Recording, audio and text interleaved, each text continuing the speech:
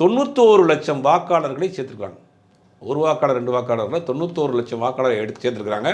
அதனுடைய டேட்டாஸ் எல்லாம் எடுத்து உத்தவ் தாக்கரே அது ஒரு பெரிய அளவில் ஒரு போராட்டத்தை ஆர்ப்பாட்டத்தை நடத்த போகிறார். அதே மாதிரி நம்ம ஏற்கனவே வந்து மகாராஷ்டிராவில் ஒரு 2 இது, கர்நாடகாவில் 2 தேர்தல் 2-3 தொகுதிகளில் பண்ணாங்கன்னு ராகுல் காந்தி ஏற்கனவே டேட்டாஸ்களை ரிலீஸ் பண்ணார். அதை பற்றின குற்றச்சாட்டுக்களை வச்சார். இப்போ இன்றைக்கி அவர் பேசியிருக்கிற ஒரு விஷயம் வந்து மிகப்பெரிய ஒரு பூதகரமாக இருக்குது. ஒரு நைட்ரஜன் குண்டை தூக்கி போட்டிருக்கார் தேர்தல் ஆணையத்தின் மீது அப்படின்றதான் பார்க்க வேண்டியதாக இருக்குது. ஹரியானாங்கிறது ஒரு சின்ன மாநிலம்.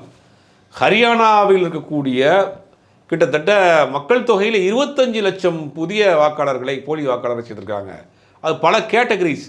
ஒரே முகவரியில் பல பேர், ஒரே முகவரியில் 100 பேர், ஒரே வாக்காளர் வந்து பலமுறை வாக்களித்தது, வாக்காளருடைய போலியான முகவரியில் யூபி முகவரியாக இருக்குது, இங்கே வந்து ஓட்டு போட்டிருக்காரு. யூபியில் வந்து ஓட்டு போட்டிருக்கிறாரு.